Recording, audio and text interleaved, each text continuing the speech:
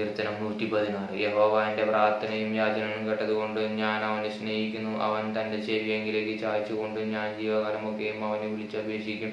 മരണപാശങ്ങൾ എന്നെ ചുറ്റി, പാതാള വേദനകൾ എന്നെ പിടിച്ചു. ഞാൻ കഷ്ടവും സങ്കടവും അനുഭവിച്ചു. അയ്യോ യഹോവേ, എൻ്റെ പ്രാണനെ രക്ഷിക്കണമേ എന്ന് ഞാൻ യഹോവയുടെ നാമം വിളിച്ചപേക്ഷിച്ചു. യഹോവ കൃപയും നീതിയും ഉള്ളവൻ, നമ്മുടെ ദൈവം കരുണയുള്ളവൻ തന്നെ. യഹോവ അല്പബുദ്ധികളെ പാലിക്കുന്നു.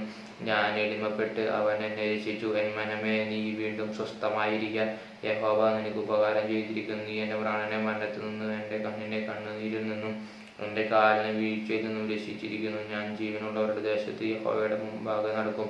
ഞാൻ വലിയ കഷ്ടതയിലായി എന്നും പറഞ്ഞപ്പോൾ ഞാൻ വിശ്വസിച്ചു. സകല മനുഷ്യരും ഭോഷക് പറയുന്നു എന്ന് ഞാൻ എൻ്റെ പരിഭ്രമത്തിൽ പറഞ്ഞു. യഹോവ എനിക്ക് ചെയ്ത സകല ഉപകാരങ്ങൾക്കും ഞാൻ അവന് എന്ത് പകരം കൊടുക്കും? ഞാൻ രക്ഷയുടെ പാനപാത്രം എടുത്ത് യഹോവയുടെ നാമം വിളിച്ചപേക്ഷിക്കും. യഹോവയ്ക്ക് ഞാൻ എൻ്റെ നേർച്ചകളെ അവൻ്റെ സകല ജനവും കാണിക്ക കഴിക്കും.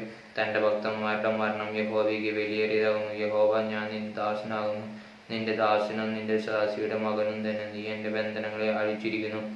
ഞാൻ നിനക്ക് സ്തോത്രയാഗം കഴിച്ചു. യഹോവയുടെ നാമം വിളിച്ചപേക്ഷിക്കും. യഹോവയുടെ ആലയത്തിൻ്റെ പ്രാകാരങ്ങളിൽ യെരൂശലേമേ, നിന്റെ നടുവിലും ഞാൻ യഹോവയ്ക്ക് എൻ്റെ നേർച്ചകളെ അവൻ്റെ സകല ജനവും കാണിക്ക കഴിക്കും. യഹോവയെ സ്തുതിപ്പീൻ. ആമേൻ.